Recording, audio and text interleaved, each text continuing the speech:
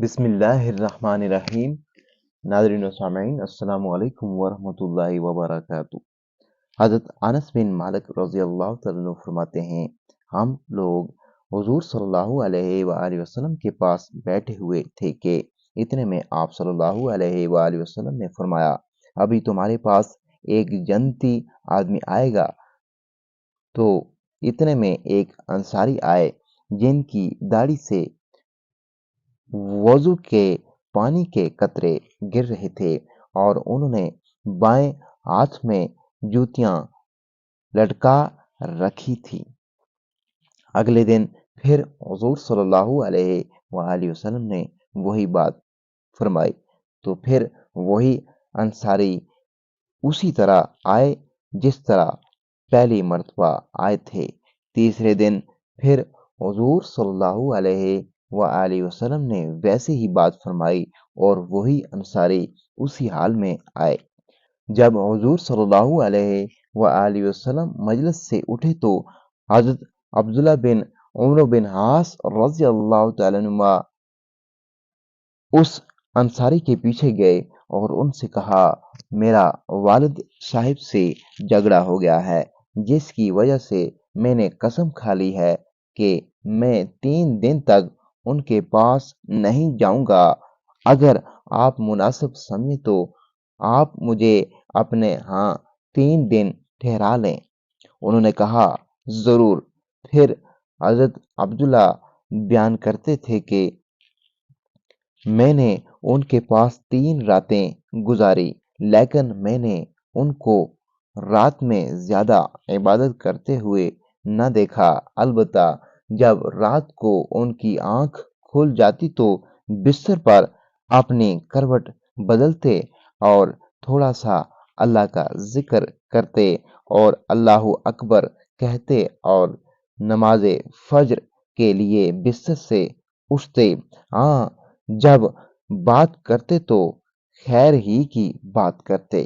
جب 3 راتیں گزر گئیں اور مجھے ان کے تمام اعمال عام معمول کے ہی نظر آئے اور میں حیران ہوا کہ حضور صلی اللہ علیہ وآلہ وسلم نے ان کے لیے بشارت تو اتنی بڑی دی لیکن ان کا کوئی خاص عمل تو ہے نہیں۔ تو میں نے ان سے کہا، اے اللہ کے بندے، میرا والد صاحب سے کوئی جھگڑا نہیں ہوا، نہ کوئی ناراضگی ہوئی اور نہ میں نے انہیں چھوڑنے کی قسم کھائی، بلکہ قصہ یہ ہوا کہ میں نے حضور صلی اللہ علیہ وآلہ وسلم کو آپ کے بارے میں 3 مرتبہ یہ ارشاد فرماتے ہوئے سنا کہ ابھی تمہارے پاس ایک جنتی آدمی آنے والا ہے، اور تینوں مرتبہ آپ ہی آئے۔ اس بار میں نے سوچا کہ میں آپ کے ہاں رہ کر آپ کا خاص عمل دیکھوں اور پھر اس عمل میں آپ کے نقش قدم پر چلوں۔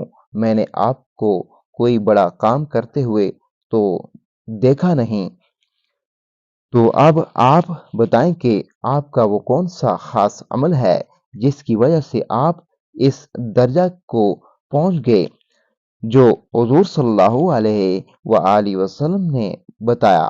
انہوں نے کہا، میرا کوئی خاص عمل تو ہے نہیں، وہی عمل ہیں جو تم نے دیکھے ہیں۔ میں یہ سن کر چل پڑا۔ جب میں نے پشت پھیری تو انہوں نے مجھے بلایا اور کہا، میرے اعمال تو وہی ہیں جو تم نے دیکھے ہیں، البتہ یہ ایک خاص عمل ہے کہ میرے دل میں کسی مسلمان کے بارے میں کھوٹ نہیں ہے، اور کسی کو اللہ نے کوئی خاص نعمت عطا فرما رکھی ہو تو میں اس پر اس سے حسد نہیں کرتا۔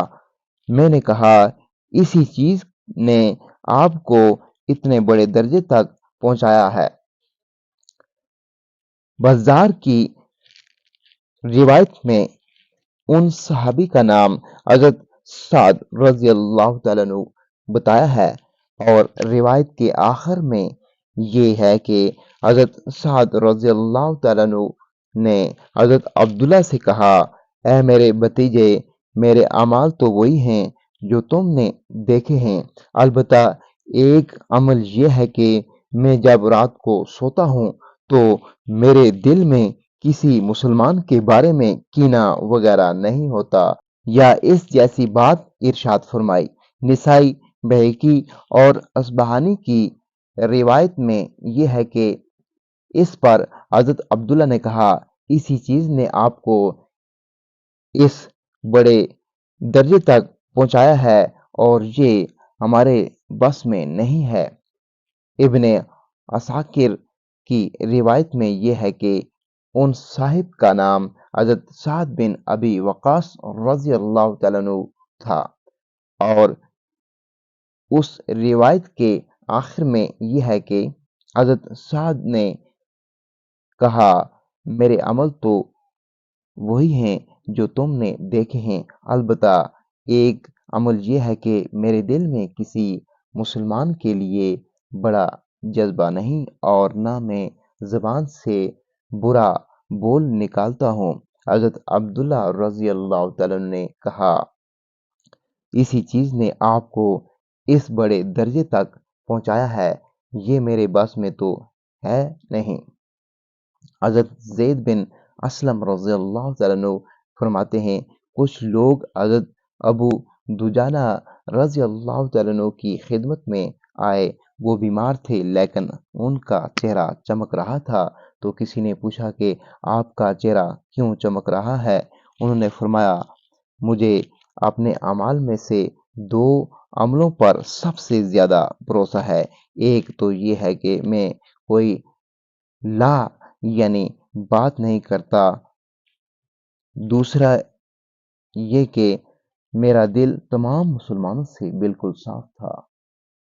ناظرین و سامعین، اسلامی اور معلوماتی ویڈیوز دیکھنے کے لیے ابھی تک اگر آپ نے ہمارے اسلامی اور معلوماتی channel wealth of knowledge channel کو سبسکرائب نہیں کیا تو لازمی سبسکرائب کر دیجیے گا، بیل آئیکن کو آل پہ کر دیجیے گا تاکہ آنے والی ویڈیوز کا نوٹیفیکیشن آپ کو بر وقت وصول ہو سکے۔ اگلی ویڈیو تک مجھے دیجیے اجازت۔